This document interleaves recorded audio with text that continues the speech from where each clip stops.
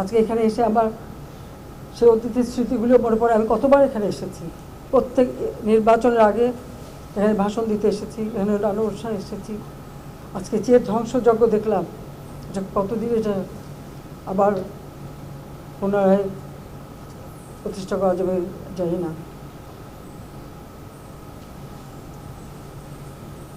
টেলিভিশনের সাথে যারা কর্মরত, আপনারা নিজের জীবনের ঝুঁকি নিয়ে আপনারা অনেক চেষ্টা করেছেন, কিন্তু এই সন্ত্রাসীদের কাছে পাওয়া অত্যন্ত কষ্টকর ছিল। তবুও আমি আপনাদেরকে ধন্যবাদ জানাই যে আপনারা এই জাতীয় সম্পদ, এটা কারো ব্যক্তিগত সম্পদ না, এটা আমার ব্যক্তিগত না, এটা দেশের মানুষের সম্পদ, সেই সম্পদটা রক্ষা করার জন্য আপনারা চেষ্টা করেছেন। আমাদের আর আমার বোধহয় আমি আসলে আমি কথা বলতে পারছি না, এটা দেখে পড়ে একটা জিনিস যেটা গড়ে তুলি অনেক কষ্ট করেই করতাম, দিন রাত অক্লান্ত পরিশ্রম করি। কার জন্য? আমার জন্য, তা তো দেশের মানুষের জন্য। সবসময় চেয়েছি একটা জিনিস এমনভাবে তৈরি হবে যেন শুধু দেশ না, দেশে বিদেশের কাছে যেন একটা দৃষ্টিনন্দন থাকে, এবং যেটা আমাদের দেশে আমরা যে উন্নতি করছি তার একটা সিম্বল হিসেবে ব্যবহার হবে। সেই জায়গাগুলি একে একে ধ্বংস করা হচ্ছে, শিক্ষা প্রতিষ্ঠান, শিক্ষা পরিবেশ নষ্ট করা হচ্ছে প্রতিটি ক্ষেত্রে। এতদিনে এত কষ্টের ফসল সব শেষ করে দিতে চাচ্ছে, এটি হচ্ছে সবচেয়ে বড় কষ্ট।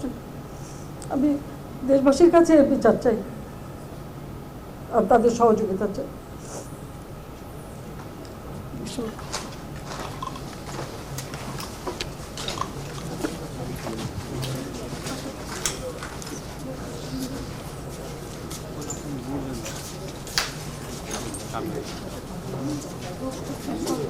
ভাই ভাই ভাই সাইডে যান, সাইডে যান, সাইডে যান ভাই।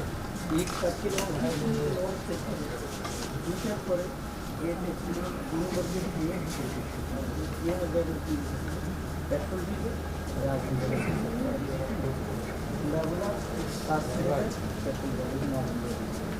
গাড়িগুলো সব পড়ে দিতে কোথায় কোথায় আসে আমি যে গাড়িটা চালাই সেই গাড়ি আগুন দিয়ে দিচ্ছে, ওই গাড়ি চালানো অবস্থায় আগুন অবস্থায় নিয়ে পিছিয়ে নিয়ে যাচ্ছে।